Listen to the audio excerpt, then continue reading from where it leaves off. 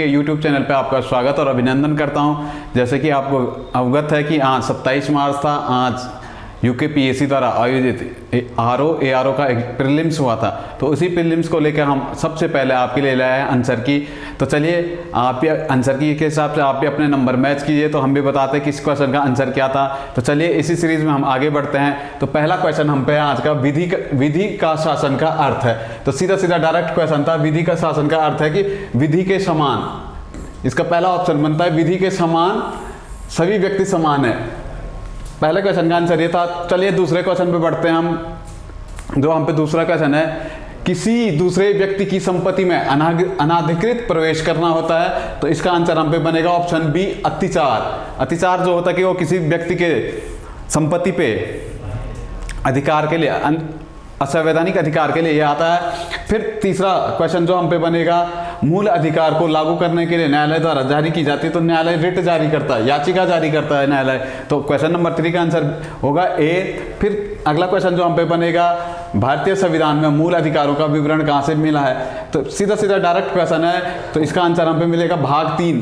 भाग 3 में आर्टिकल 12 से 35 तक मूल अधिकारों का वर्णन मिलता है। फिर अगला क्वेश्चन पे आ जाइए। अगले क्वेश्चन हमें राष्ट्रीय विधि दिवस। राष्ट्रीय विधि दिवस जो मनाया जाता है 26 नवंबर को राष्ट्रीय विधि दिवस मनाया जाता है। इसी 26 नवंबर को संविधान अंगीकार किया गया था, इसीलिए इसे राष्ट्रीय विधि दिवस मनाया जाता है। फिर अगला क्वेश्चन हम पे जो आएगा, बाल श्रम निषेध विनिमय अधिनियम अधिनियमित किया गया था। तो 1986 में बाल श्रम निषेध अधिनियम अधिनियमित किया गया था। ये आंसर बनता है। पेपर थोड़ा बेसिक था, तो आप भी थोड़ा आंसर अपने लगा लीजिए। फिर अपने आंसरों को आप कमेंट में मुझे बताते रहिए। चलिए तो अगला क्वेश्चन जो हम पे आएगा, क्वेश्चन नंबर 7, न्यायालय किसी न्यायालय के निर्णय, आदेश आदि की अवज्ञा कहलाता है। अवमानना जो होगी न्यायालय की, इसे कोर्ट ऑफ कंटेम्प्ट इंग्लिश में कहेंगे। जो हम पे आंसर बनेगा, इसका आंसर बी बनेगा। तो चलिए अगले क्वेश्चन पे हम बढ़ते हैं। वराही देवी मंदिर में लगने वाला देवीधुरा मेला लगता है। तो ग्रुप सी का क्वेश्चन है, तो ये सीधा सीधा डायरेक्ट आंसर बनता है रक्षाबंधन के दिन वराही देवी के कैंपस में जो लगता है, हम पे देवीधुरा का मेला लगता है। फिर अगला क्वेश्चन पे आ जाइए, हैबियस कॉर्पस का शाब्दिक अर्थ है। तो हिंदी में बोलेंगे इसे बंदी प्रत्यक्षीकरण।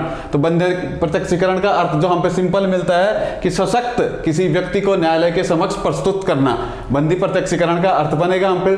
फिर क्वेश्चन नंबर 10 पे आ जाइए, सतत विकास। सतत विकास हमारा जो होगा पर्यावरण से जुड़ा होगा, पर्यावरणीय विधि होगी। सतत विकास में आएगा सभी का विकास चारों ओर, हम सबको लेके हमें इसमें चलना पड़ेगा। तो ये पर्यावरण से जुड़ा हुआ हम पे मिलेगा। फिर अगले क्वेश्चन पे आ जाइए।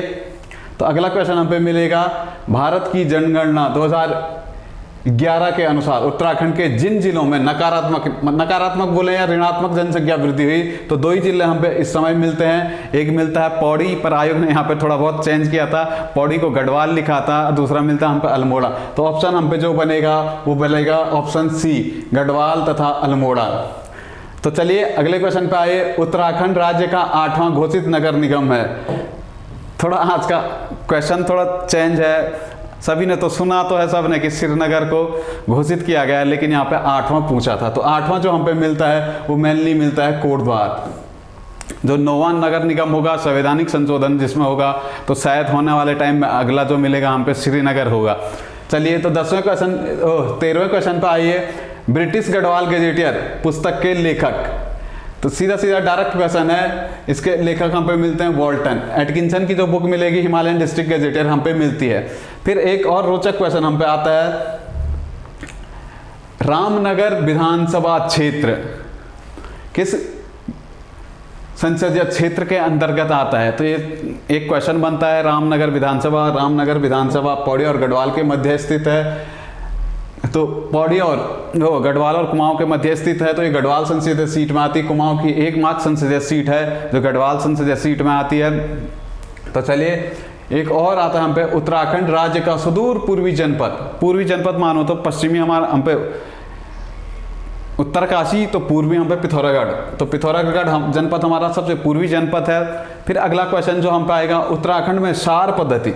ये थोड़ा क्वेश्चन चेंज था इस बार, थोड़ा नया क्वेश्चन है, तो इस पे भी थोड़ा ध्यान रखें। उत्तराखंड में सार पद्धति, सार से हम लगाते हैं फसल चक्र प्रणाली से। सार मेनली सार किसे कहते हैं, जब हम किसी फसल को काटते हैं उसके बाद जो छोड़ देते हैं उसे, जैसे परती भी कहते हैं, परती मेनली कहीं कहीं रीजन में से सार कहते हैं, तो हमारे यहाँ जैसे मगोसार ऐसी शब्दों का यूज किया जाता था। सार जो होता कि फसल चक्र प्रणाली से होता है। फिर अगला क्वेश्चन जो हम पे आएगा, गोरखाओं ने कुमाऊं पर अधिकार कब किया था? तो गोरखाओं ने कुमाऊं पर 1790 में अधिकार किया था। गोरखाओं ने कुमाऊं पर 1790 में अधिकार किया था। तो गढ़वाल पे आएगा तो 1804 में, पर है था नहीं, तो कुमाऊं में 1704, ऑप्शन डी हमारा आंसर बनता है। फिर अगला क्वेश्चन जो हम पे आता है, सही विकल्प का चयन कीजिए। तो सतोपंत अलकनंदा निकलती है, मिलम से गौरी निकलती है, खतलिंग से भिलंग निकलती है और चौराबाड़ी से मंदाकिनी निकलती है। तो हम पे जो ऑप्शन बनेगा ऑप्शन सी इस चीज का आंसर बनेगा। फिर अगला क्वेश्चन पे आ जाइए। अगला क्वेश्चन है, वीर चंद सिंह गढ़वाली ने पेशावर कांड के लिए जाने जाते हैं। यह कांड किस वर्ष घटित हुआ था? तो सविनय अवज्ञा आंदोलन के टाइम ये कांड हुआ था। तो ये कांड हुआ था 1930 को। फिर देखिए, उत्तराखंड में औसत जोत का आकार हेक्टेयर में कितना है? तो 0.89 जो वर्तमान टाइम में है उत्तराखंड में प्रति हेक्टेयर औसत जोत का आकार है। ये करंट का क्वेश्चन था उत्तराखंड से। तो चलिए आगे। फिर उत्तराखंड में असिंचित उपजाऊ भूमि कहलाती है। तो असिंचित है तो हम पे तालाब जो भूमि होगी वो सिंचित होगी, तालाब दो में सिंचित होगी, दो ऑप्शन डिलीट होगी। फिर उपराव अव्वल, अव्वल मतलब अच्छी, उपराव भूमि जो होती है वो असिंचित भूमि होती है, तो उपराव अव्वल इसका हम पे आंसर बनता है। फिर क्वेश्चन नंबर 22 पे आ जाइए। उत्तराखंड राज्य के कितने जिलों की सीमा अंतरराष्ट्रीय सीमा से मिलती है? तो सीधा सीधा हम पे आंसर बनता है, आंसर 5 बनता है, क्योंकि 5 में देखेंगे हम तो इधर से उत्तरकाशी, चमोली, पिथौरागढ़ मेनली 3 मिल जाएंगे हमारे चाइना तिब्बत वाले रीजन से। फिर यहाँ आते तो नेपाल से 2 मिलेंगे हमारे चंपावत और उधम सिंह नगर, और पिथौरागढ़ 6 मिलते हैं, लेकिन पिथौरागढ़ दोनों में मिलता है तो 5, हम पे इसका आंसर 5 होता। फिर अगला क्वेश्चन आता है, कोटद्वार, रामनगर, टनकपुर पेटी, तो उपोष्ण पेटी है इस। फिर अगला क्वेश्चन पे आ जाइए, क्वेश्चन नंबर 24। क्वेश्चन नंबर 24 पे आ जाइए। निम्नलिखित में से क्षेत्रफल के अनुसार उत्तराखंड जनपदों का सही क्रम होगा। तो उत्तराखंड के जनपदों का जो सही क्रम होगा, सबसे छोटा चंपावत, चंपावत से थोड़ा बड़ा रुद्रप्रयाग, फिर उससे थोड़ा बड़ा बागेश्वर। तो ये आंसर हम पे मिलता है। फिर देखिए अगला क्वेश्चन आ जाइए। टिहरी रियासत के नरेश भवानी शाह द्वारा जंगलों के कटान का ठेका किस अधिकारी को दिया गया? तो हम पे जो अधिकारी मिलता है विल्सन मिलता है। विल्सन फिर बाद में यहाँ सेब की खेती के लिए भी जाना जाएगा, तो विल्सन साहब को ही भवानी शाह ने वनों का ठेका दिया था कटान के लिए। फिर जो अगला क्वेश्चन हम पे बनेगा, कत्यूरी नरेशों की राजधानी कहाँ थी? तो कत्यूरी नरेशों की राजधानी, सिंपल क्वेश्चन है, कार्तिकेयपुर के राजवंश के नाम से भी हमें जानते हैं, तो कार्तिकेयपुर इनकी राजधानी थी, वर्तमान में जो जोशीमठ साइड स्थित है। फिर अगला क्वेश्चन जो हम पे आएगा, टिहरी रियासत का भारतीय संघ में विलय। तो 1949 में टिहरी रियासत का भारत संघ में विलय हो गया था। यह क्वेश्चन, ये आंसर भी 1949 इसका हम पे मिलता है। फिर देखिए एक क्वेश्चन और आता है हम पे, लघु हिमालय और शिमालिक श्रेणी के मध्य स्थित भ्रंश है, तो इसे MBT के नाम से भी जाने जाता है। तो हिंदी में बोलूँ तो मैं मुख्य सीमा भ्रंश, मुख्य सीमा भ्रंश लघु हिमालय को शिवालिक श्रेणी से अलग करता है। फिर अगला क्वेश्चन पे आ जाइए। अगला क्वेश्चन जो हम पे बनेगा, सेंचुरी पेपर पल्प बोर्ड लाल कुआं सही है। भारत हैवी इलेक्ट्रिकल लिमिटेड भेल हमारा रानीपुर हरिद्वार में सही है। फिर Hindustan machine tools HMT Ranibagh सही है। Bharat electronical limited BEL Kotdwar सही है। तो हम पे जो ऑप्शन बनेगा पहला डी वाला बनेगा। फिर अगले क्वेश्चन पे चलते हैं, क्वेश्चन नंबर 30वां क्वेश्चन जो हम पे मिलेगा, देहरादून में सर्वे ऑफ इंडिया भारतीय सर्वेक्षण विभाग की स्थापना कब हुई थी? तो देहरादून में स्थापित होने वाला यह पहला विभाग था। तो इसकी स्थापना जो हम पे मिलती है मेनली 1767 ईस्वी में देहरादून में सर्वे ऑफ इंडिया की स्थापना हो चुकी थी। फिर अगला क्वेश्चन जो हम पे आएगा, 2011 की जनगणना के अनुसार उत्तराखंड राज्य का जनघनत्व कितना था? तो हम पे आंसर ऑप्शन ए बनेगा इसका, ऑप्शन ए 189 उत्तराखंड का भी जनघनत्व है। फिर चलिए अगले क्वेश्चन पे। अगला क्वेश्चन हम पे जो है, अल्मोड़ा जनपद में झिरोली प्रसिद्ध है। तो खनिज से हम पे एक क्वेश्चन बना है। खनिज मेनली झिरोली और चंडाक जो हम पे मिलते हैं मैग्नेसाइट के लिए मिलते हैं, खनिजों के लिए। फिर अगले क्वेश्चन पे आ जाइए। ये तो मैंने 2-3 दिन पहले कराया था, शायद आप सभी को ज्ञात हो। हमारा यूट्यूब पे जो उत्तराखंड का इतिहास चल रहा है उसमें भी मैं एक करा चुका हूँ। उत्तराखंड की सबसे प्राचीन जाति है, तो आंसर जो हम पे मिलता है कोल जनजाति को सबसे प्राचीन जनजाति मानते हैं। ये मैं हमनी गेरसन साहब जी मानते हैं। तो चलिए शिव प्रसाद डबराल जी से सबसे प्राचीन जाति की संज्ञा देते हैं। फिर अगले क्वेश्चन पे आ जाइए। उत्तराखंड विधानसभा के लिए मनोनीत सदस्य संबंधित होता है। तो उत्तराखंड विधानसभा में 71 सदस्य हैं, 70 निर्वाचित होकर आते हैं, एक एंग्लो इंडियन सदस्य नियुक्त होता है, मनोनीत होता है। फिर अगला क्वेश्चन जो हम पे आता, उत्तर प्रदेश पुनर्गठन विधेयक लोकसभा में पेश हुआ था 1 अगस्त 2000 को, ये लोकसभा में पेश होता है। फिर आगे राज्यसभा, फिर राष्ट्रपति, फिर जाते जाते 9 नवंबर 2000 को उत्तराखंड का गठन हम पे मिलता है। फिर अगले क्वेश्चन पे आ जाइए। उत्तराखंड राज्य घोषणा के समय भारत के प्रधानमंत्री कौन थे? तो उत्तराखंड की जब घोषणा होती है 1996 में, तो यहाँ पे HD देवगौड़ा प्रधानमंत्री थे। SD देवगौड़ा प्रधानमंत्री थे। फिर अगले क्वेश्चन पे आ जाइए। उत्तराखंड के किस जनपद से बीच बचाओ आंदोलन प्रारंभ हुआ था? बीच बचाओ आंदोलन मेनली टिहरी से हुआ था। विजय जरदारी जी हमें मिलते हैं जिन्होंने बीच बचाओ आंदोलन शुरू किया था। फिर अगले क्वेश्चन पे आ जाइए।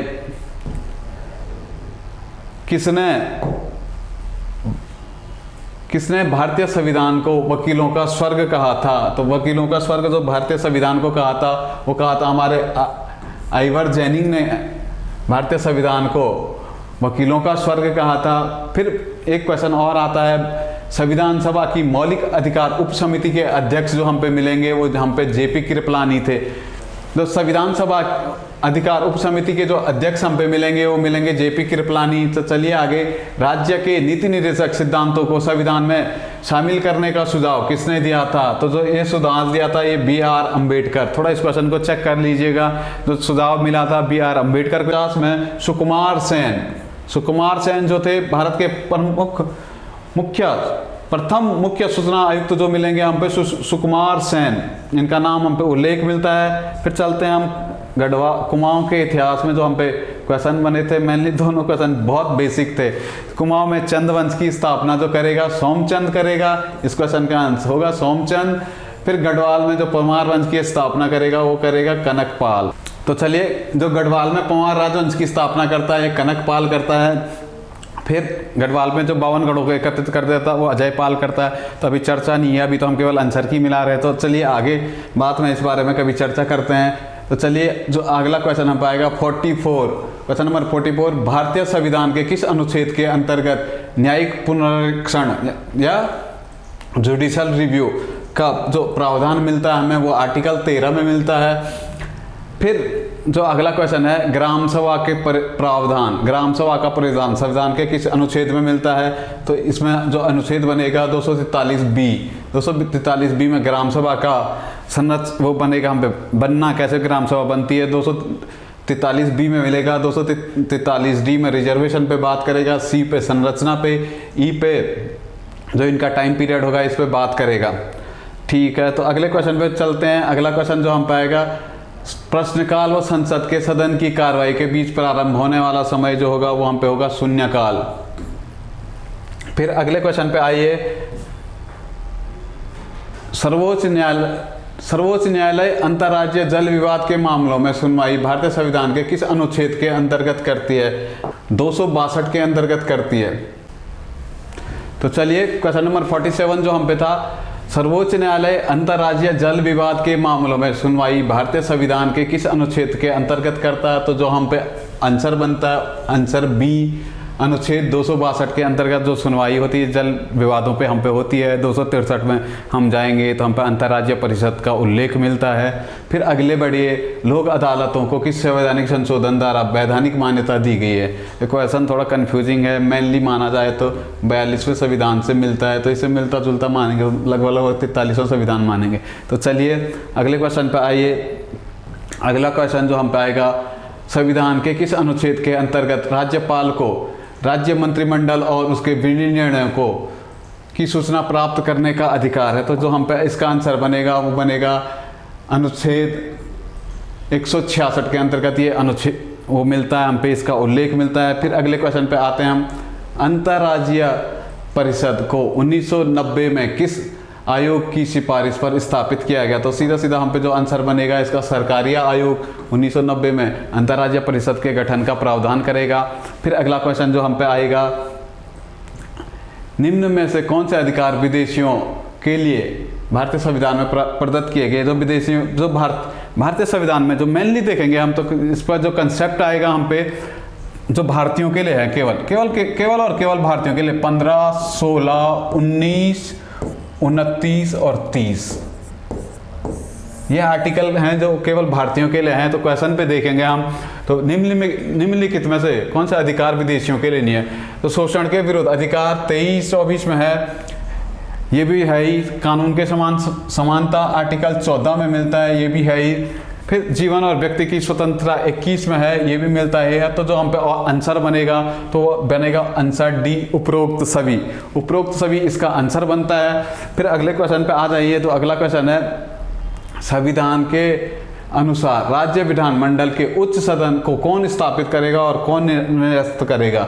तो जो भारतीय संसद होती है, ये विधान परिषद की स्थापना भी करती है और विधान परिषद को खत्म भी संसद ही करती है। तो अगले क्वेश्चन पे आइए, प्रधानमंत्री कार्यालय को विभाग का दर्जा कब दिया गया? तो 1961 में प्रधानमंत्री कार्यालय जो था, इसे एक विभाग के रूप में स्थापित किया गया है भारत सरकार द्वारा। फिर अगले क्वेश्चन पे आ जाइए। अगला क्वेश्चन जो हम पे, समान नागरिक संहिता, आजकल उत्तराखंड की जब से धामी सरकार बनी है तो ये मुद्दा हॉट टॉपिक में है। सिविल यूनिफॉर्म कोड की मांग जो चल रही है, यही सिविल यूनिफॉर्म कोड है, आर्टिकल 44 में मिलता है। वर्तमान में देखें तो केवल गोवा में ही अभी लागू है। तो अगले क्वेश्चन पे आ जाइए। अगला क्वेश्चन जो हम आएगा, निम्न में भारतीय संविधान में कौन सी अनुसूची दल बदल से संबंधित है? दल बदल बोलूँ तो 10वीं अनुसूची 1985 में जो आई थी राजीव गांधी के टाइम पे, दल बदल जो हम पे मिलता है वो 10वीं अनुसूची पे मिलता है।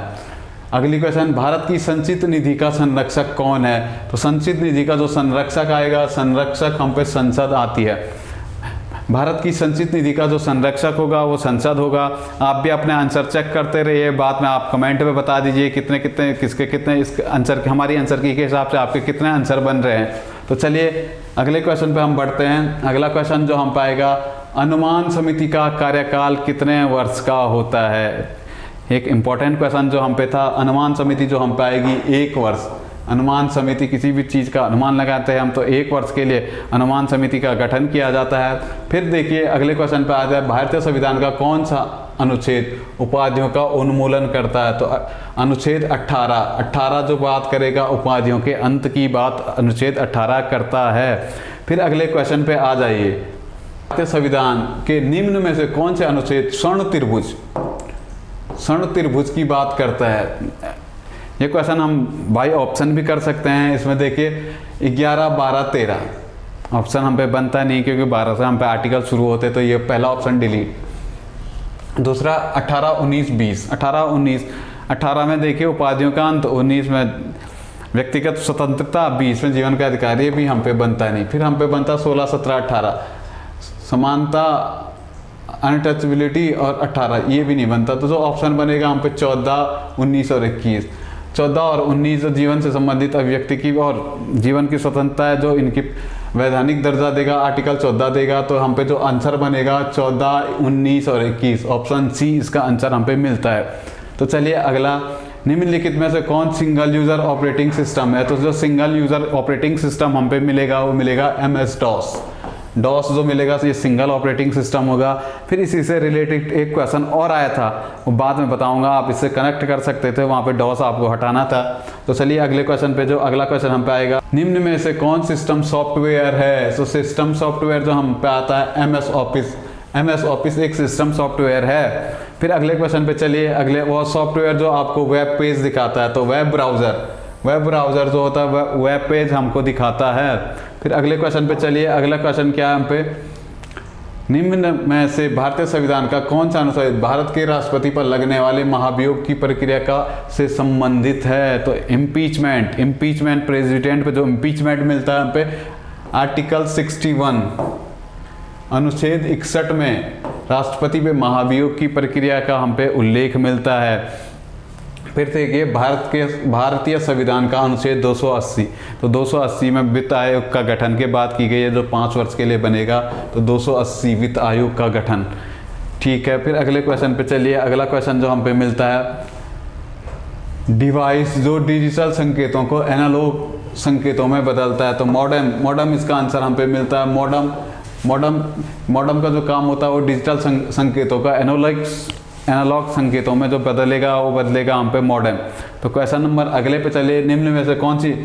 निम्नलिखित में से कौन सी प्रोग्रामिंग लैंग्वेज है? प्रोग्रामिंग लैंग्वेज पे हम पे जो आता है तो जावा भी हम पे प्रोग्रामिंग लैंग्वेज मिलती है। एमएस वर्ड हम पे मिलता नहीं है। एमएस ऑफिस भी हम पे मिलता नहीं है। तो फिर सी प्लस, तो हम पे जो ऑप्शन बनते हैं 1 और 4th ऑप्शन सी में है, तो हम पे जो प्रोग्रामिंग लैंग्वेज बनेगी वो जावा और सी प्लस प्लस हम पे जो मिलेगी वो प्रोग्रामिंग लैंग्वेज होगी।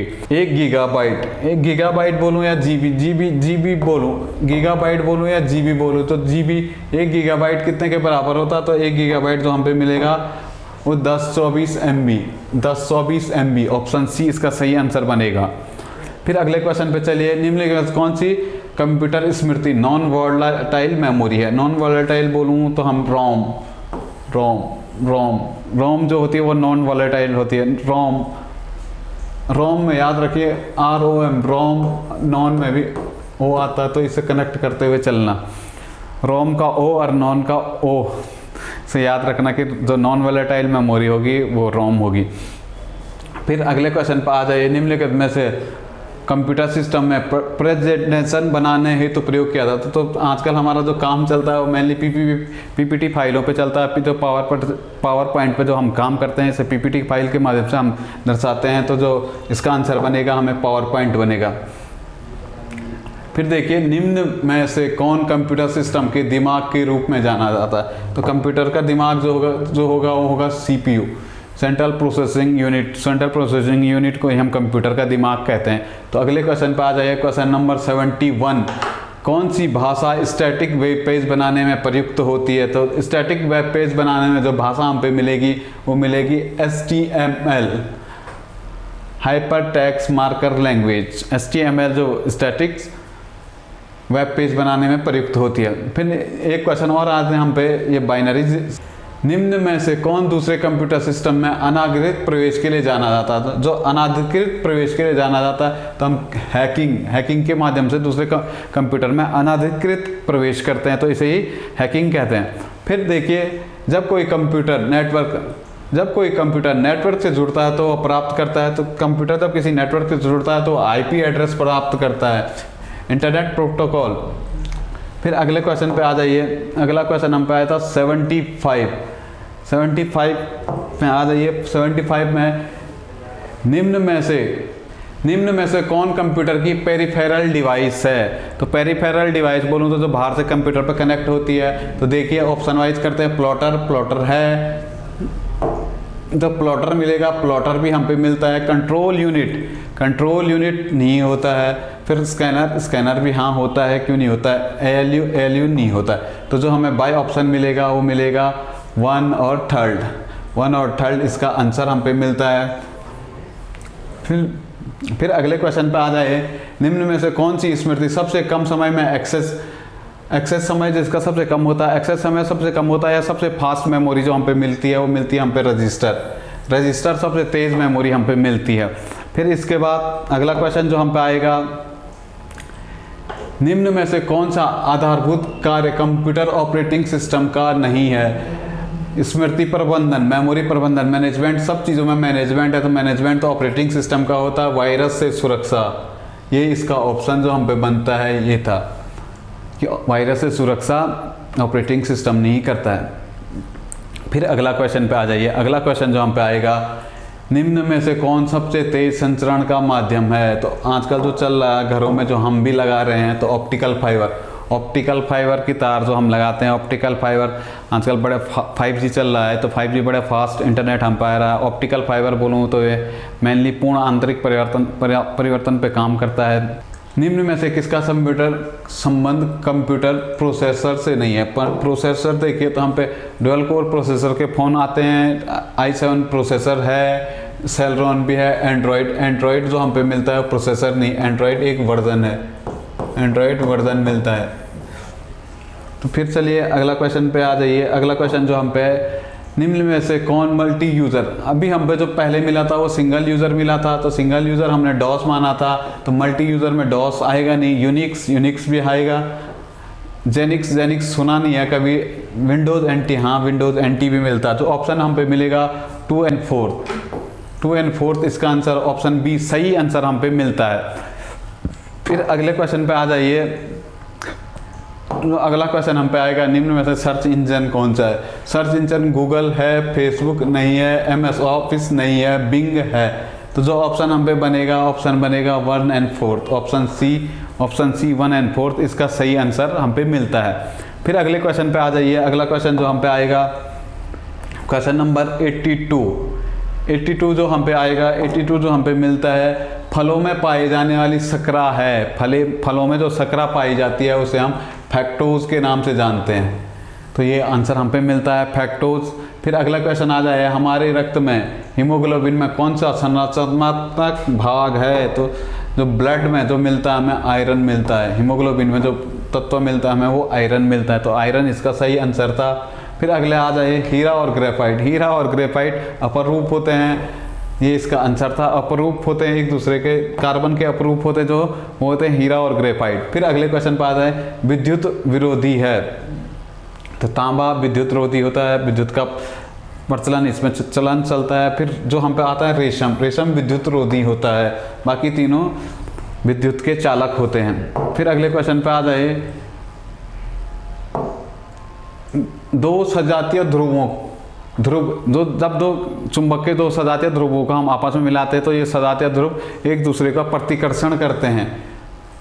जब विजातीय को मिलाते हैं तो आकर्षण करते हैं, सजातीय को मिलाते हैं तो ये प्रतिकर्षण करते हैं।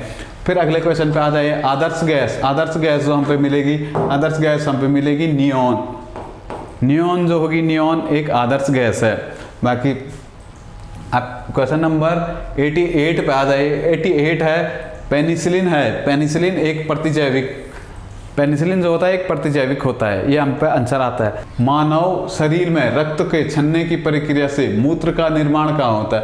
तो जो यूरिन हम पे बनती है, यूरिन मेनली जो फिल्ट्रेशन यूरिन का होता है वो किडनी में होता है, तो ऑप्शन सी इसका हम पे बनना था। फिर देखिए, चाय का लाल कीट रोग होता है तो ये हम पे शैवाल से मिलता है। मेनली जो चाय में लाल कीट रोग होता है तो ये मिलता है हमारा शैवाल के कारण।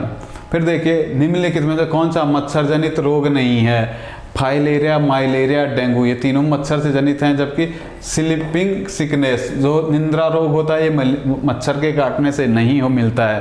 फिर अगले क्वेश्चन पे आइए, 92 क्वेश्चन हम पे आता है। 92 क्वेश्चन, टेलीफोन के आविष्कारक कौन है। तो टेलीफोन के आविष्कारक हम पे मिलते हैं, टेलीफोन के आविष्कारक अलेक्जेंडर ग्राहम बेल ने टेलीफोन की खोज की थी। फिर जो हम पे अगला क्वेश्चन बनता है, पेट्रोल की गुणवत्ता जो हम पे आंसर आएगा सीधा ऑक्टेन नंबर जो होता है पेट्रोल की गुणवत्ता को दर्शाता है। फिर अगले क्वेश्चन पे चलिए। अगला क्वेश्चन जो हम पे मिलता है, निम्नलिखित में से किसकी कमी से रतौंधी होता है। तो रतौंधी जो मिलेगा, विटामिन ए की कमी से हम पे रतौंधी मिलता है। विटामिन ए की कमी से रतौंधी, बी से बेरीज। फिर अगले क्वेश्चन पे चलिए। अगला क्वेश्चन जो हम पे आएगा, प्रकाश यानी को मापने की अंतर्राष्ट्रीय इकाई है। प्रकाश को जो मापेंगे हम लक्स में मापेंगे। फिर एक बैटरी का, क्वेश्चन नंबर 96, एक बैटरी का प्रयोग होता है। तो जो बैटरी मेनली यूज़ होती है वो परिपथ में धारा के प्रवाह के लिए यूज़ में लाई जाती है। फिर अगला क्वेश्चन आ जाइए, तो ये ज्योग्राफी से था, वो बायोलॉजी से था। बायोफ्राइट और टेरोफाइट में दोनों एक उभयनिष्ठ गुण है, तो इसका आंसर आप चेक कर लीजिएगा। फिर अगले क्वेश्चन पे आ जाइए, सामान्यतः एक स्वस्थ मानव हृदय में प्रति मिनट कितनी बार धड़कता है। जो मानव हृदय 1 मिनट में 72 बार धड़कता है। हार्ट बीट होती है हमारी वो 72 होती है। फिर अगले बार आए, टाइटेनियम किसका समस्थानिक मिलता है। तो टाइटेनियम जो हम पे मिलता है, हाइड्रोजन का समस्थानिक हम पे टाइटेनियम मिलता है। फिर अगले क्वेश्चन पे चलिए, क्वेश्चन नंबर 100 शुष्क शुष्क बर्फ होती है ठोस CO2। तो ठोस CO2 होते है, इसे ही हम शुष्क बर्फ कहते हैं। फिर अगले क्वेश्चन पे चलिए, मॉर्फिन क्या है? मॉर्फिन रिपीटेड क्वेश्चन है, पहले भी यूपीएससी में आ चुका है। तो मॉर्फिन जो था स्टेरॉइड है एक। मॉर्फिन क्या मिलता है हमें? स्टेरॉइड। एक स्टेरॉइड जो होता है वो मॉर्फिन होता है। फिर अगले क्वेश्चन पे आइए, जल जीवन मिशन कब शुरू हुआ था? जल जीवन मिशन 15 अगस्त 2019। जल जीवन मिशन 15 अगस्त 2019 को शुरू हुआ था। ऑप्शन सी सही आंसर इसका बनता है। जल जीवन मिशन बोलूँ तो आजकल जो घरों में 1-1 रुपये में कनेक्शन लग रहे हैं, जल जीवन मिशन ही के तहत लगे हैं। 15 अगस्त 2019 से ये शुरू हुआ था। फिर अगले क्वेश्चन पे आइए, अगला क्वेश्चन जो था, संवाद 2.0 कार्यक्रम निम्न में से किससे था? संवाद 2.0 कार्यक्रम जो हम पे मिलता मानसिक स्वास्थ्य से जो कार्यक्रम मिलेगा वो हम पे संवाद 2.0 मिलेगा। फिर अगले क्वेश्चन पे आइए, समग्र शिक्षा स्कीम 2.0 निम्नलिखित में से किससे संबंधित है? तो जो समग्र शिक्षा स्कीम 2.0 है वो विद्यालयी शिक्षा से हम पे मिलती है। मेनली ये स्कीम जब हमारे शिक्षा मंत्री निशंक जी थे तब की है शायद। फिर देखिए, लार स्टार्च के जो स्टार्च का पाचन होता है वो लार की सहायता से होता है। ये भी हम पे आंसर मिलता है इसका, तो आंसर बी सही आंसर हम पे बनेगा। फिर देखिए, आँख की रेटिना में उपस्थित संवेदनशील कोशिकाएं, तो आँख की रेटिना में जो हम पे मिलती है रॉड्स और कॉन्स 2 प्रकार की संवेदनशील कोशिकाएं हम पे जो मिलती है वो आँख की रेटिना में मिलती है। तो चलिए अगले क्वेश्चन पे, अगला क्वेश्चन नंबर 107, पंजाब के राज्यपाल कौन हैं? तो पंजाब के राज्यपाल हाल ही में पंजाब के मुख्यमंत्री भगवंत मान ने भी शपथ ली थी। शपथ के दिन आपने देखा ही होगा। तो पंजाब के राज्यपाल था बनवारी लाल पुरोहित जी। बनवारी लाल पुरोहित जी ने भगवंत मान जी को शपथ दिलाई थी। ये कुछ आज से 7-8 दिन पहले की बात है। चलिए तो अगला क्वेश्चन पे आ जाइए, भारतीय वायुसेना का नया अध्यक्ष किसे नियुक्त किया गया? तो विवेक राम चौधरी। ऑप्शन डी इसका सही आंसर जो हमें बनता है। विवेक राम चौधरी भारतीय वायुसेना के अध्यक्ष हैं इस समय। पहले भदौरिया साहब थे, अभी जो नए अध्यक्ष हैं हम पे विवेक राम चौधरी जी हैं। फिर अगले क्वेश्चन पे आ जाइए, राष्ट्रीय अल्पसंख्यक आयोग का अध्यक्ष किसे बनाया गया है?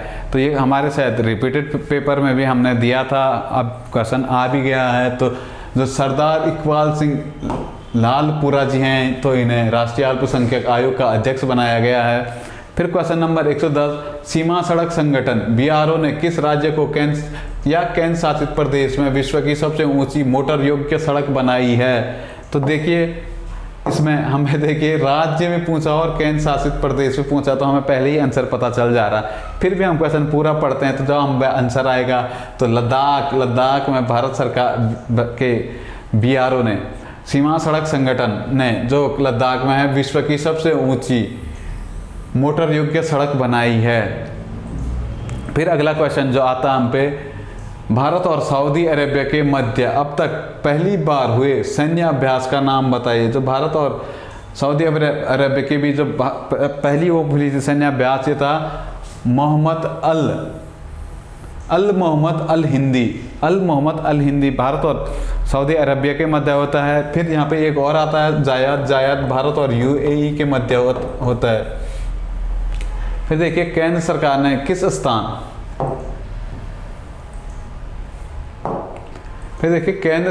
किस स्थान पर भारतीय विरासत संस्थान स्थापित करने का निर्णय लिया है? तो भारतीय विरासत संस्थान जो स्थापित करने का निर्णय लिया है वो नोएडा में लिया है। फिर अगले पे आ जाए, 67वें राष्ट्रीय फिल्म अवार्ड के लिए हिंदी फिल्म को बेस्ट फिल्म घोषित किया गया है। तो जो सुशांत सिंह की मृत्यु के बाद जो 67वां राष्ट्रीय फिल्म अवार्ड था, इसमें छिछोरे को बेस्ट फिल्म का अवार्ड दिया गया था। तो आंसर ऑप्शन सी हम पे बनता है, छिछोरे बेस्ट फिल्म के लिए गए, बेस्ट फिल्म का अवार्ड मिला था छिछोरे को। फिर देखिए किस देश ने विश्व की सबसे बड़ी कार्बन ट्रेडिंग मार्केट आरंभ की है? तो कार्बन ट्रेडिंग में हम देखेंगे तो चीन ने सबसे बड़ी कार्बन ट्रेडिंग मार्केट शुरू की है। ये करंट का क्वेश्चन हम पे था, तो चीन इसका आंसर था। फिर अगले क्वेश्चन पे आ जाइए, तो अगले क्वेश्चन हिंदी मीडियम में समझना थोड़ा मुश्किल था। आप चाहे तो आप इंग्लिश मीडियम वाला पोर्शन देख सकते थे। इसमें भारत में कितनी भाषाओं को प्राचीन भाषा का दर्जा दिया गया। प्राचीन भाषा बोलूँ मैं या साहित्यिक भाषा यानी क्लासिकल भाषा का जो दर्जा दिया गया है, तो वर्तमान में 6 भाषाओं को क्लासिकल भाषा का दर्जा दिया गया है। जो लास्ट क्लासिकल भाषा जुड़ी थी इसमें, वो जुड़ी थी ओडिसी। फिर देखिए नरोज। नरोज क्या है? तो नरोज जो पारसी लोगों का है, ये नववर्ष के दिन जो ये मनाते हैं, तो ये नरोज के नाम से जानता है। फिर अगले देखें 20 सितंबर 2021 को कौन तीसरी बार कनाडा का मुख्यमंत्री बना? तो जस्टिन ट्रूडेयू जो बने थे, ये कनाडा के तीसरी बार मुख्यमंत्री बने थे। ऑप्शन डी इसका हम पे आंसर सही था। फिर देखिए अगले क्वेश्चन, गुजरात के 17वें मुख्यमंत्री के रूप में किसने शपथ ली? तो जो विजय रूपाणी जी के इस्तीफे के बाद भूपेंद्र भाई पटेल जी ने, विजय रूपाणी जी 16वें थे, विजय रूपाणी के बाद 17वें मुख्यमंत्री जो मिलेंगे हम पे मिलते हैं भूपेंद्र पटेल। भूपेंद्र पटेल ने 17वें मुख्यमंत्री के रूप में गुजरात में शपथ ली है। फिर अगले क्वेश्चन पे आ जाए, क्वेश्चन नंबर 119, उस केंद्र शासित प्रदेश का नाम बताइए जो 100% ऑर्गेनिक बन गया है जहां खेती में सिंथेटिक फर्टिलाइजर और पेस्टिसाइड का प्रयोग नहीं हो रहा है। तो लक्षद्वीप। लक्षद्वीप पहला केंद्र शासित प्रदेश है। फिर देखिए Akhil Bharatiya trade union Congress attack की स्थापना 1920 में लाला लाजपत राय, इसके पहले अध्यक्ष भी हम पे मिलते हैं। तो लाला लाजपत राय, ऑप्शन बी इसका सही आंसर बनता है। फिर अगले क्वेश्चन पे आ जाइए। अगला क्वेश्चन जो हम पे मिलेगा, overdraft saving the Indian saver के लेखक जो हम पे मिलेंगे उर्जित पटेल, पूर्व आरबीआई के गवर्नर हैं ये। तो इन्होंने जो बुक अभी हाल ही में लिखी थी, overdraft saving the Indian saver के नाम से जो बुक लिखी थी, ये बुक भी आ ही गई है हम पे। चलो फाइनली फिर अगला क्वेश्चन देखिए, निम्नलिखित में कौन सी सेज सिटी, पहली हरित सेज सिटी बनी है भारत की? तो भारत की जो पहली हरित सेज सिटी बनी है, ये बनी है कांडला। कांडला मेनली गुजरात में स्थित है। अगला क्वेश्चन जो हम पे आएगा, टोक्यो ओलंपिक में भारत ने कितने कांस्य पदक जीते? भारत ने 4 कांस्य पदक, 2 ब्रॉन्ज और एक गोल्ड मेडल। गोल्ड मेडल जो मिलेगा नीरज चोपड़ा जेवलिंग थ्रो में जीतते हैं। ये भी क्वेश्चन हम पे अगला आने वाला ही है। तो देखिए उस फिल्म का नाम बताइए जिसने कांस फिल्म महोत्सव में palm D R award. Cannes film महोत्सव मेनली कांस फ्रांस में मनाया जाता है। तो जो इसमें पाम डी आर अवार्ड जीता था, ये टाइटेनियन ने जीता था। टाइटेनियन ने जो अवार्ड जीता था, पाम डी आर अवार्ड जीता था। फिर देखिए महसू महासू देवता से भी आप इसे कनेक्ट कर सकते हैं। महासू, दांगली और झाली प्रसिद्ध लोक नृत्य है। तो ये हिमाचल प्रदेश के प्रसिद्ध लोक नृत्य हैं। फिर अगले देखिए, Neeraj Chopra Tokyo Olympic javelin throw से, नीरज चोपड़ा ने टोक्यो ओलंपिक में जेवलिंग थ्रो में गोल्ड मेडल जीता था। भाला फेंक, जेवलिन थ्रो बोले या भाला फेंक में नीरज चोपड़ा ने गोल्ड मेडल जीता है। फिर अगले क्वेश्चन पे बढ़िए। अगला क्वेश्चन जो हम पाएगा, क्वेश्चन नंबर 127, पुरुष और महिला हॉकी टीम का मैच देखा तो आपके उनकी जर्सी में स्पॉन्सर देखा होगा ओडिशा लिखा हुआ आता है। तो बीजू पटनायक साहब ने हॉकी इंडिया को प्रमोट करने में बहुत रोल निभाया है। इन्हीं की एक कामयाबी थी कि भारत 2021 में कांस्य पदक जीत पाया है हॉकी में, कलिंग स्टेडियम। फिर एक और स्टेडियम, भारत का सबसे बड़ा स्टेडियम जो बनेगा हॉकी का, वो कलिंग ही होगा। बीजू पटनायक साहब जी इसमें हॉकी के क्षेत्र में भारत में बहुत काम कर रहे हैं। फिर अगला क्वेश्चन जो आएगा हम पे, भारतवर्ष में 2021 में किस दिन विभाजन विभीषिका स्मृति दिवस मनाया गया? तो 14 अगस्त 2021 को विभाजन विभीषिका स्मृति दिवस मनाया गया है, क्योंकि इसी दिन भारत से टूटकर पाकिस्तान बना था। फिर अगले क्वेश्चन पे आ जाइए। अगला क्वेश्चन जो हम पे होगा, भारत में निम्नलिखित में से किस तिथि को प्रतिवर्ष राष्ट्रीय खेल दिवस मनाया जाता है? तो 29 अगस्त को राष्ट्रीय खेल दिवस मनाए जाते हैं। 29 अगस्त को राष्ट्रीय खेल दिवस ध्यानचंद के जन्म दिवस की स्मृति में मनाए जाते हैं। फिर अगले क्वेश्चन पे आ जाइए। धौलावीरा हड़प्पा सभ्यता का दक्षिणी केंद्र था, जिसे हाल ही में यूनेस्को ने जीआई टैग दिया है। तो यूनेस्को की साइड में जो जोड़ा है धौलावीरा, तो धौलावीरा मेनली बोलूँगा तो गुजरात शहर में स्थित है। तो जो हम पे आंसर बनेगा और आंसर बी गुजरात बनेगा। तो क्वेश्चन नंबर 131 पे आते हैं। किन्हें भारतीय रिजर्व बैंक के गवर्नर के रूप में पुनः नियुक्त किया गया? तो पहले शशिकांत दास थे, फिर दोबारा भी अभी जो नियुक्त होकर आए हैं शशिकांत दास जी। ऑप्शन सी इसका सही आंसर हम पे मिलता है। फिर देखिए क्वेश्चन नंबर 132, गौतम बुद्ध ने अपना पहला उपदेश किस स्थान पे दिया था? तो सारनाथ में गौतम बुद्ध ने अपना पहला उपदेश दिया था। धर्मचक्र प्रवर्तन भी हम इसे ही कहते हैं, तो ऑप्शन ए इसका सही आंसर बनता है।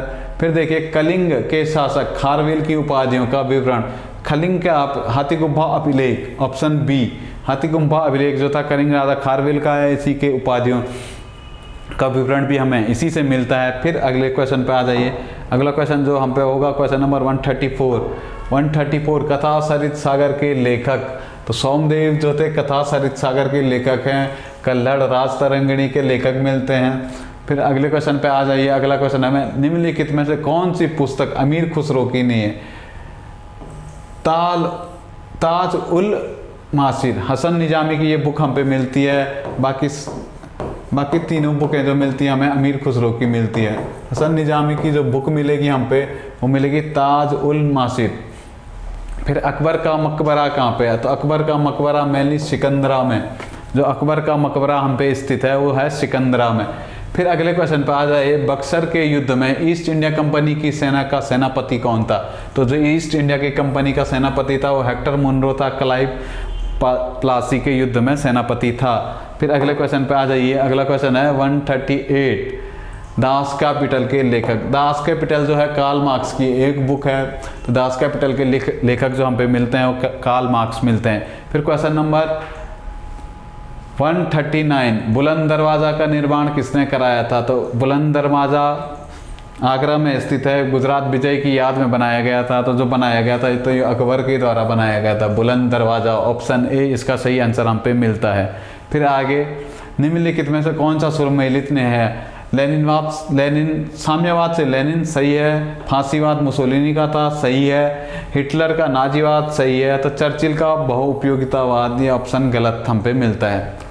फिर क्वेश्चन नंबर 141 पे आ जाए। गोल गुंबज तो मिलता है हमें मेनली बीजापुर में गोल गुंबद हम पे बीजापुर में मिलता है। फिर अगले क्वेश्चन पे आ जाइए। अगला क्वेश्चन हम पे है निम्नलिखित में से कौन सी संबंधी पंचायती राज से संबंधित नहीं थी? अशोक मेहता समिति थी, VKR राव समिति थी, बलवंत राय मेहता थी नहीं। पंचायती राज का शिल्पी कहते हैं बलवंत राय मेहता को। संतानम समिति पंचायती राज से संबंधित नहीं थी। फिर तो हम पे आंसर बनेगा ऑप्शन बी संतानम समिति। फिर देखिए अगले क्वेश्चन पे आ जाइए। निम्नलिखित में से भारत में सबसे पुराना अणुशक्ति स्टेशन कौन सा है? तो जो तारापुर मिलेगा हम पे, तारापुर भारत का सबसे पुराना अणुशक्ति स्टेशन हम पे मिलता है। फिर अगले क्वेश्चन पे आ जाइए। अगले क्वेश्चन बास्तिलगढ़ का पतन मेनली बास्तिलगढ़ फ्रांस में पड़ता है, यहीं से फ्रांस की क्रांति शुरू होती है। तो बास्तिलगढ़ की क्रांति जो है कि फ्रांस से संबंधित थी। फिर अगले क्वेश्चन पे आए। इंग्लैंड में रक्तहीन क्रांति या गौरवमयी क्रांति के नाम से भी हम इसे जानते हैं। तो 1688 में जो मिलती है इसका आंसर ऑप्शन सी 1688 हम पे मिलता है। फिर अगली क्वेश्चन पे आ जाइए। अगला क्वेश्चन जो हम पे आएगा, निम्नलिखित में से किसने इटली का एकीकरण में योगदान नहीं दिया था? तो इटली के एकीकरण में योगदान किसने नहीं दिया? तो काउंट काबूर ने भी दिया था। अपनी किताबों के माध्यम से इन्होंने इटली के एकीकरण के लिए लिखा था। फिर मैजनी ने भी लिखा था। गैरीबाल्डी इटली के तलवार कहते हैं गैरीबाल्डी को। मैटरनिक ने इटली के एकीकरण में योगदान नहीं दिया था। जो आंसर बनेगा ऑप्शन ए मैटरनिक। रोमनोव वंश किस देश से संबंधित है? तो रोमनोव वंश जो मिलता है वो रशिया में था। ऑप्शन सी इसका सही आंसर हम पे मिलता है। फिर अगले क्वेश्चन पे आता है। प्रथम विश्व युद्ध के पश्चात शांति सम्मेलन किस स्थान पे हुआ था? शांति सम्मेलन जो हम पे मिलता है वो पेरिस, ऑप्शन बी पेरिस में मिलता है। शांति सम्मेलन पेरिस में हुआ था। यहीं से ही दूसरे विश्व युद्ध की नींव पड़ी थी। वाटरलू नेपोलियन का पराजय भी इसी में हुआ था। वाटरलू जो हम पे मिलेगा 1815, ऑप्शन डी 1815 में वाटरलू का युद्ध हुआ था। तो चलिए अगले क्वेश्चन पे आ जाइए। अगला क्वेश्चन 1550, नादिर शाह ने भारत पर किस वर्ष आक्रमण किया था? तो 1739 ईस्वी में नादिर शाह ने भारत पर आक्रमण किया था। ऑप्शन सी इसका सही आंसर है। फिर अगले क्वेश्चन पे बढ़िए। अगला क्वेश्चन है निम्नलिखित में कौन से उत्तरापथनाथ के नाम से जाना जाता है। सकलो उत्तरापथनाथ के नाम से जो जाना जाता है। ऑप्शन बी हर्षवर्धन, हर्षवर्धन को ही इस नाम से जाना जाता था। फिर अगला क्वेश्चन आ जाए 152, गौतमी पुत्र सतकर्णी किस वंश से संबंधित था? तो गौतमी पुत्र सतकर्णी जो मिलेगा हमें सातवाहन वंश से संबंधित था गौतमी पुत्र सतकर्णी। फिर अगले क्वेश्चन पे आ जाइए, निम्नलिखित में से कौन सा युग्म सम्मिलित नहीं है? प्रयाग परिस्थिति हरिशेन की जी बिल्कुल सम्मिलित है।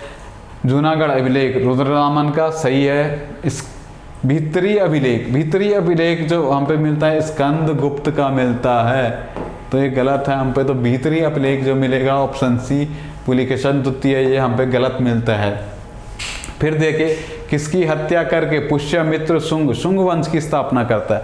किसकी हत्या करके पुष्यमित्र शुंग वंश की स्थापना करता है? तो ऑप्शन डी जो हम पे मिलता है, वृद्धरथ की हत्या करके पुष्यमित्र शुंग वंश की स्थापना करता है। फिर अगले क्वेश्चन पे आ जाइए। अगला क्वेश्चन जो हम पे होगा 155 में देखिए, टॉमस मुनरो भूमि बंदोबस्त के लिए जाया जाता है। टॉमस मुनरो भूमि बंदोबस्त से संबंधित व्यक्ति था। फिर देखिए, भारतीय स्वतंत्रता संग्राम में निम्नलिखित घटनाओं को कालक्रम अनुसार जोड़े। क्रिप्स मिशन 1942 में भारत आया था। वेवल योजना 1945 में भारत आई थी।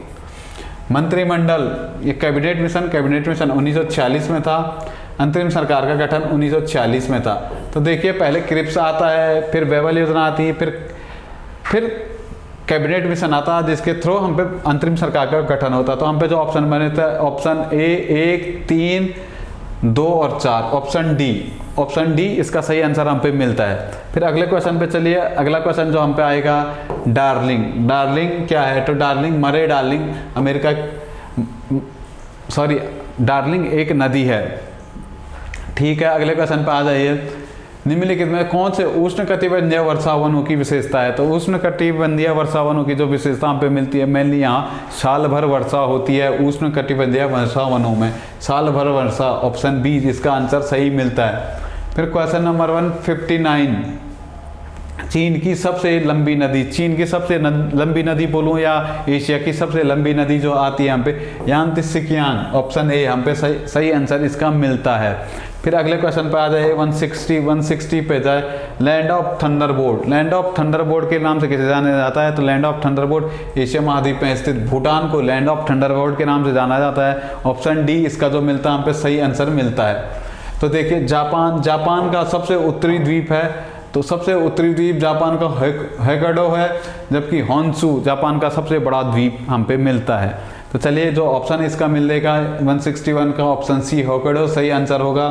फिर अगले क्वेश्चन पे चलते हैं। अगला क्वेश्चन हम पे 162, दक्षिणी गोलार्ध में वायु के बाईं ओर मुड़ने का कारण क्या है? तो दक्षिणी गोलार्ध में वायु के बाईं ओर मुड़ने का जो कारण हम पे मिलता है, ये मिलता है पृथ्वी के घूर्णन के कारण दक्षिणी गोलार्ध में वायु बाईं ओर मुड़ जाती है। तो ऑप्शन बी पृथ्वी के घूर्णन के कारण, ये ऑप्शन सही हम पे बनता है। फिर देखिए, पृथ्वी के निकटतम ग्रह, तो पृथ्वी का जो सबसे निकटतम ग्रह है वो शुक्र है। शुक्र को ही पृथ्वी की बहन के नाम से जाना जाता है। शुक्र को ही भौर का तारा के नाम से भी हम जानते हैं। तो चलिए, ऑप्शन ए शुक्र इसका सही आंसर हम पे बनता है। फिर एशिया महाद्वीप से बाहर विश्व का सर्वोच्च पर्वत शिखर, तो एशिया महाद्वीप से बाहर विश्व का सर्वोच्च पर्वत शिखर बनता है माउंट एकांगुआ। दक्षिण अमेरिका महाद्वीप की सर्वोच्च चोटी है 6900 के करीब इसकी हाइट हम पे मिलती है। तो चलिए अगले क्वेश्चन पे चलिए। अगला क्वेश्चन जो हम पे मिलता है, अगला क्वेश्चन है हम पे विश्व का सर्वोच्च जलप्रपात। तो विश्व का सर्वोच्च जलप्रपात एंजिल जलप्रपात सबसे बड़ा जलप्रपात है जो कैरो नदी पे स्थित है। फिर क्वेश्चन नंबर 166, यूरोप में उत्तरी सागर के मत्स्य आर्केड क्षेत्र को जाना जाता है। तो जो यूरोप का उत्तरी क्षेत्र में जो मत्स्य आर्केड क्षेत्र है वो डागर बैंक के नाम से हम इसे जानते हैं। फिर अगले क्वेश्चन पे आ जाइए। तो अगला क्वेश्चन है, निम्नलिखित में से कौन सा सुमेलित है? तराइन का प्रथम युद्ध 1192 गलत। 1191 में तराइन का प्रथम युद्ध हुआ था। पानीपत का द्वितीय युद्ध 1576 गलत। 1556 पे हम पे मिलता है। फिर देखिए, चंद्रावार का युद्ध ये सही मिलता है हम पे। चंद्रावार का युद्ध गौरी और जयचंद के मध्य 1194 में हम पे मिलता है। तो चलिए अगले क्वेश्चन पे चलते हैं। अगला क्वेश्चन जो हम पे है फैजेंडा, फैजेंडा किसे कहते हैं? तो ब्राजील में कौवे के बगान को फैजेंडे के नाम से जानते हैं। तो 168 का जो हम पे आंसर बनेगा ऑप्शन सी, कौवे के बगान, ब्राजील क्षेत्र में पड़ते हैं। फिर देखिए निम्न, अगले क्वेश्चन पर चलते हैं। अगला क्वेश्चन हम पे है 169, निम्नलिखित में से कौन सी मिट्टी सबसे अधिक उपजाऊ है? तो जलोढ़ मिट्टी, जलोढ़ मिट्टी जो है कि भारत में सबसे उपजाऊ मिट्टी जो आती है वो जलोढ़ मिट्टी आती है। तो ऑप्शन बी इसका सही आंसर बनता है हम पे। फिर चलिए क्षेत्रफल की दृष्टि से भारत का सबसे छोटा केंद्र शासित प्रदेश, तो क्षेत्रफल की दृष्टि से भारत में सबसे छोटा केंद्र शासित प्रदेश मिलता है, वहाँ पे मिलता है लक्षद्वीप। लक्षद्वीप जो है कि भारत में सबसे छोटा केंद्र शासित प्रदेश है। फिर चलिए अगले क्वेश्चन पे, क्वेश्चन नंबर 171, भारत की पहली बुलेट ट्रेन परियोजना, पहली बुलेट ट्रेन मुंबई से गुजरात के मध्य, अहमदाबाद के मध्य चलनी थी, तो हम पे ऑप्शन ए आएगा, मुंबई से अहमदाबाद के मध्य पहली बुलेट ट्रेन हम पे चलेगी आने वाले टाइम पे। फिर देखिए क्वेश्चन नंबर 172, निम्नलिखित में से कौन सी प्राचीनतम पर्वतमाला है? तो अरावली भारत की सबसे प्राचीन पर्वतमाला हम पे मिलता है, ऑप्शन सी इसका सही आंसर बनता है। फिर चलिए अगले क्वेश्चन पे, निम्नलिखित में से कौन सी पेट्रोलियम शोधशाला नहीं है? तो जामनगर भी है ही, जमशेदपुर नहीं है, डिगबोई है, बोरनी है। तो जो आंसर हम पे मिलता है बी, जमशेदपुर, पेट्रोलियम शोधनशाला नहीं है। तो चलिए अगले क्वेश्चन पे चलते हैं। अगला क्वेश्चन 174वां क्वेश्चन जो मिलेगा, 2011 की जनगणना के अनुसार भारत का जनसंख्या घनत्व, तो भारत का जो जनसंख्या घनत्व था वो 382 मिलता है। वर्तमान में सर्वाधिक जनसंख्या घनत्व दिल्ली का है। अगर राज्यों में बात करूँ तो बिहार का सबसे ज़्यादा जनसंख्या घनत्व हम पे मिलता है। चलिए अगला क्वेश्चन पे चलिए। अगला क्वेश्चन है मध्य प्रदेश के कैमूर नामक स्थान, जो कि मध्य प्रदेश में कैमूर की पहाड़ियाँ मिलती है, मेनली ये चूना पत्थर के लिए फेमस है। तो यहाँ पे हम पे जो सबसे बेस्ट ऑप्शन मिलता है सीमेंट उद्योग के लिए, कैमूर वाला क्षेत्र मध्य प्रदेश का जाना जाता है। तो ऑप्शन ए हम पे सही आंसर बनता है। फिर चलिए सापातारा पर्यटन स्थल कहाँ स्थित है? तो सापातारा पर्यटन स्थल जो हम पे मिलेगा वो गुजरात में मिलेगा। पर्वतीय पर्यटन स्थल सापातुरा कहाँ स्थित है? तो सापातारा जो हम पे मिलता है वो गुजरात में मिलता है। बांदीपुर बाघ संरक्षित क्षेत्र, 177वां क्वेश्चन, बांदीपुर बाघ संरक्षित क्षेत्र जो हम पे मिलता है वो मिलता है कर्नाटका में। ऑप्शन बी इसका सही होना था, कर्नाटका में। फिर देखिए 178 सांबर झील कहाँ स्थित है? तो सांबर झील हमारा राजस्थान में पड़ते हैं, राजस्थान वाले रीजन में सांबर झील मिलती है। यह एक सॉल्ट लेक है जो राजस्थान में पड़ती है। तो चलिए अगले क्वेश्चन पे, गांधी सागर बांध किसका हिस्सा? तो गांधी सागर बांध चंबल परियोजना का हिस्सा है, ऑप्शन सी जो हम पे बनता है गांधी सागर बांध, ये सही आंसर बनता है। फिर चलिए क्वेश्चन नंबर 188 में देखिए, निम्नलिखित में से किस वर्ष मद्रास एजेंसी को प्रेसिडेंसी का दर्जा मिला था? तो भारत का प्रथम नगर निगम भी हम बोले हैं तो 1687 में जो मद्रास को मिला था, प्रेसिडेंसी का दर्जा मिला था, इसे हम भारत का पहला नगर निगम भी कहते हैं। तो आंसर हम पे बनता है डी 1687। फिर इसी से रिलेटेड अगला क्वेश्चन है, भारत में प्रथम मेयर न्यायालय की स्थापना 1686 में कहाँ हुई थी? तो दोनों सेम क्वेश्चन थे, तो इन्हीं से अंदाजा लगाया जा सकता मद्रास में पहला नगर निगम बना था। फिर देखिए निम्न में से किस कानून का प्रावधान था कि भारतीयों को ईस्ट इंडिया कंपनी के अंतर्गत नौकरियों से प्रतिबंधित नहीं किया जाएगा? तो 1853 का अधिनियम था जिसमें कहा गया था जाति धर्म और लिंग के आधार पर विभेद नहीं किया जाएगा।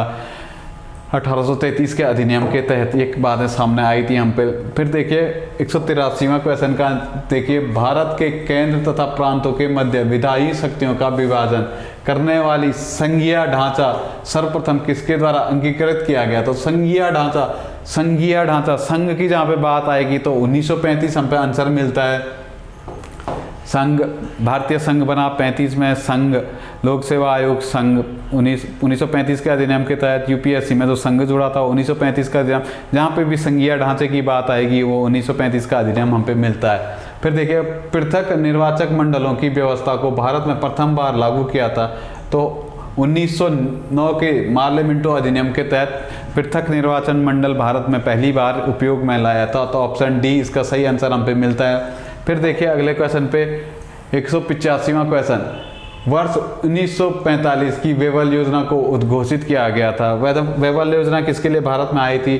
तो वेवल योजना जो थी कि वेवल योजना में जो प्रावधान था, भारत के सभी प्रमुख समुदायों को प्रतिनिधित्व देना था। जब इंडियन नेशनल कांग्रेस के सामने वेवल ने योजना रखी तो भारत कांग्रेस ने इसे रिजेक्ट कर दिया था। फिर मुस्लिम लीग के सामने रखी तो मुस्लिम लीग ने भी इसे रिजेक्ट कर दिया था, क्योंकि मुस्लिम लीग ने इसमें कहा था कि पृथक पाकिस्तान का उल्लेख इसमें नहीं था।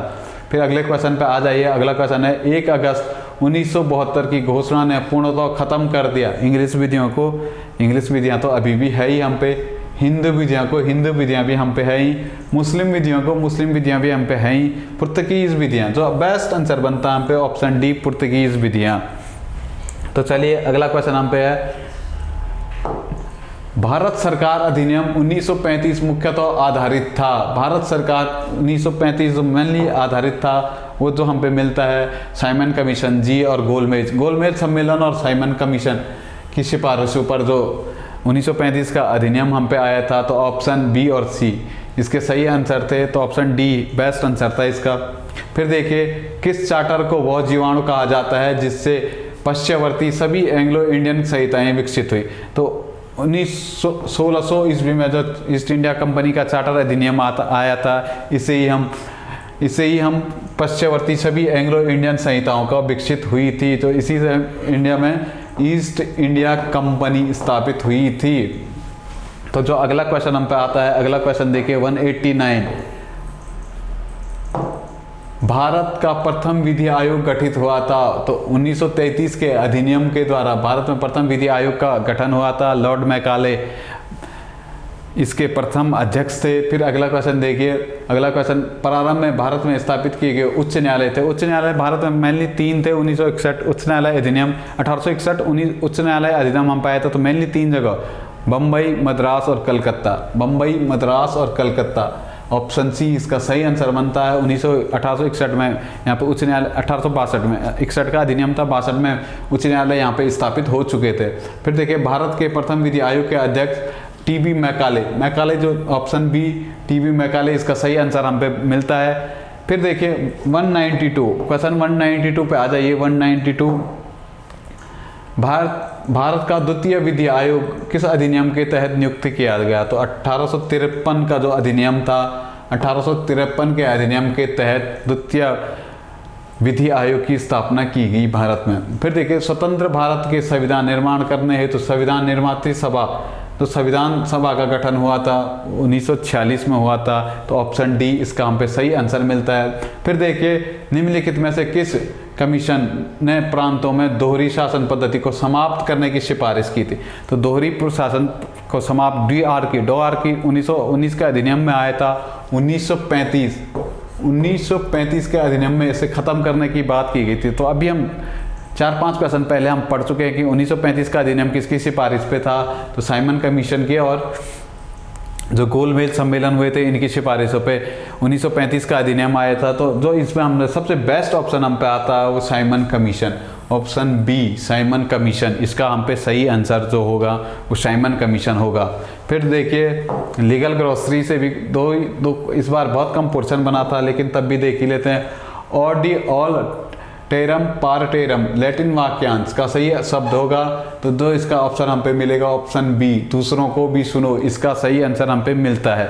फिर देखिए, एक और शब्द लीगल ग्रोसरी से जो हम पे आया है, शब्द मालाफाइड का अर्थ होगा, मालाफाइड का जो अर्थ होगा ऑप्शन सी दुर्भाव, इसका हम पे सही आंसर मिलता है। फिर चलिए क्वेश्चन नंबर 197 इपैसो फैक्टो का आधार होगा स्वयं में ही, ऑप्शन बी।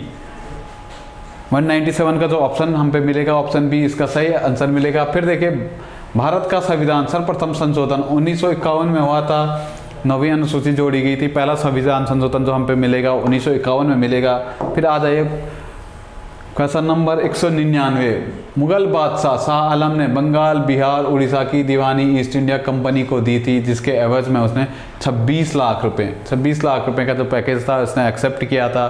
तो ऑप्शन सी इसका हम पे सही आंसर मिलता है। फिर चलिए अगले क्वेश्चन पे, लॉर्ड कॉर्नवालिस किस न्यायिक योजना के अंतर्गत कोर्ट ऑफ सर्किट कोर्ट जो भारत में खुले थे 1990 की 1790, ऑप्शन बी 1790 की न्यायिक योजना के आधार पे खुले थे। तो ये था हम पे ARO का प्रीलिम्स का पेपर जो कि 27 मार्च आज हुआ था। तो आप भी इस आंसर की के हिसाब से अपना आंसर हमें कमेंट में बताइए। फिर देखिए हम भी 2-4 दिन में जल्दी इसकी मेरिट के बारे में आप लोगों को अवगत कराएंगे। तो चलिए आप भी जोड़िए अपने नंबर, बताइए कमेंट बॉक्स में, फटाफट अपने आंसर हमें बताते रहिए। फिर हम भी इसकी जो एग्जैक्ट मेरिट अभी तक तो पता नहीं लग पा रही, लगभग 140 से 150 के बीच जो चांसेस बनते हैं इसके एग्जैक्ट मेरिट के बनते हैं। फिर भी देखिए आंसर की आने के बाद ±5 तो होता ही होता है। तो चलिए धन्यवाद दोस्तों, मिलते हैं जल्दी।